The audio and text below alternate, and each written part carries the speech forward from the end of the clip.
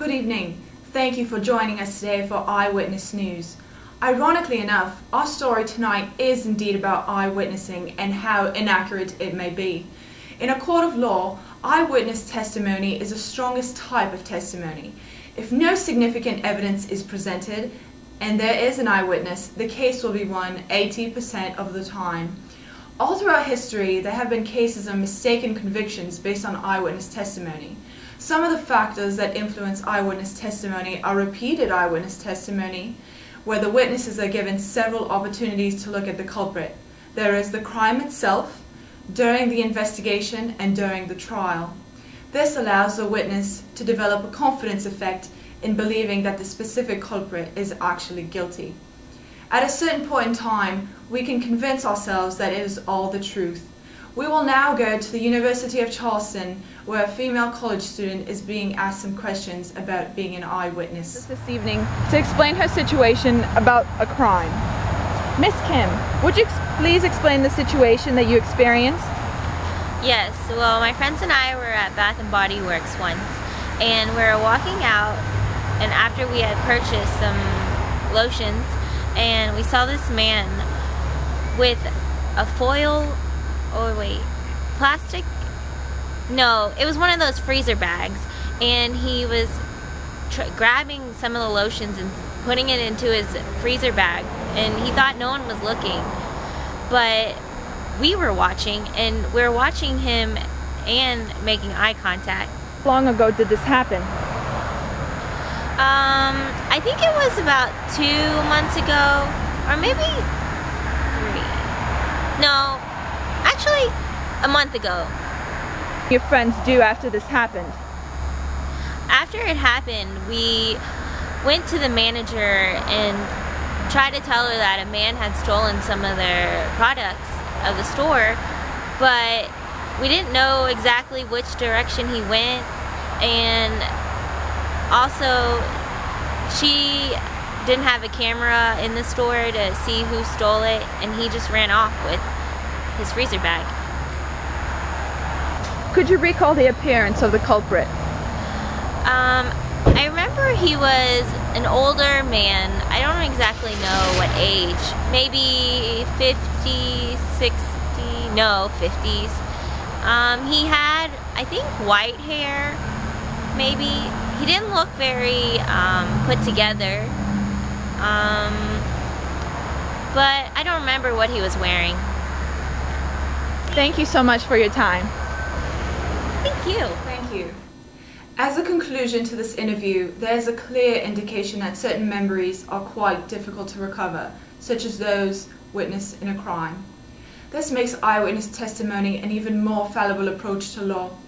Thankfully, the integration of psychology into the law has allowed for numerous studies to be conducted on the alternative ways of recall. As a result of psychology, we know the downfall and inaccuracy of human memory when it comes to delivering the truth in a court of law.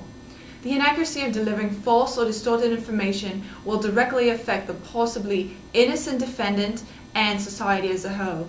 We want justice to be served appropriately, and when it is not, this causes tension among individuals. We would like to welcome Christina Samolov, a psychologist that would give us more information on human memory. Hello, Christina. Thank you for having me today. The question of the effectiveness of eyewitness testimony has been around for a very long time. This is a clear interaction of the domains of psychology and the law. With extensive research, the awareness will be raised on this issue. The process of human memory itself is viewed in stages. First of all, some kind of stimulus must grab our attention for us to process it. Out of everything that we encounter on a daily basis, only 20% grabs our attention, and essentially 80% of our lives just flies by.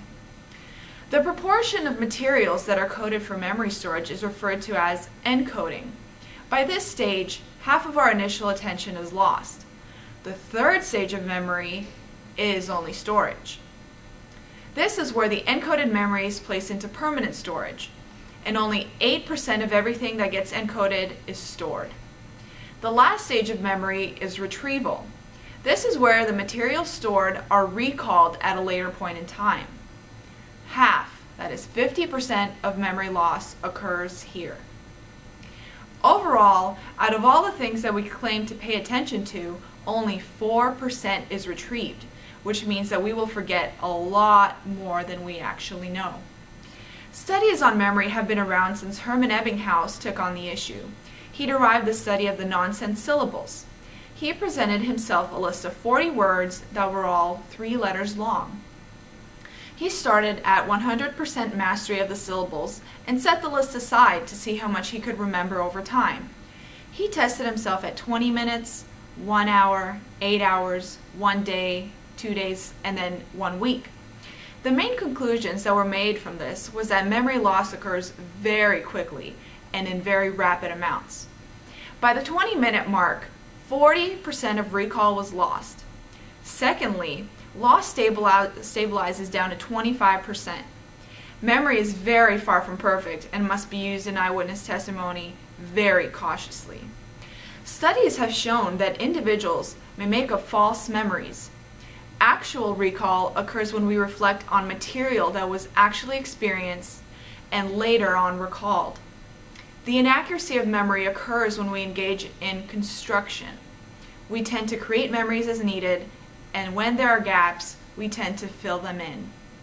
Thank you, Christina, for your time. Hope you have enjoyed our coverage on the impact of eyewitness testimony and memory as seen by a psychologist. This is a real issue and has been neglected in our court systems. According to Donald Thompson, an Australian psychologist, he came up with some solutions to the issue. First of all, he stresses that in-depth questioning sessions are vital for accuracy. The individual being questioned should be able to vividly recreate the environment as if it was during the crime. Officers must stress the importance of providing even the most minor details. For additional accuracy, the officers must question the individuals not necessarily following a specific timeline.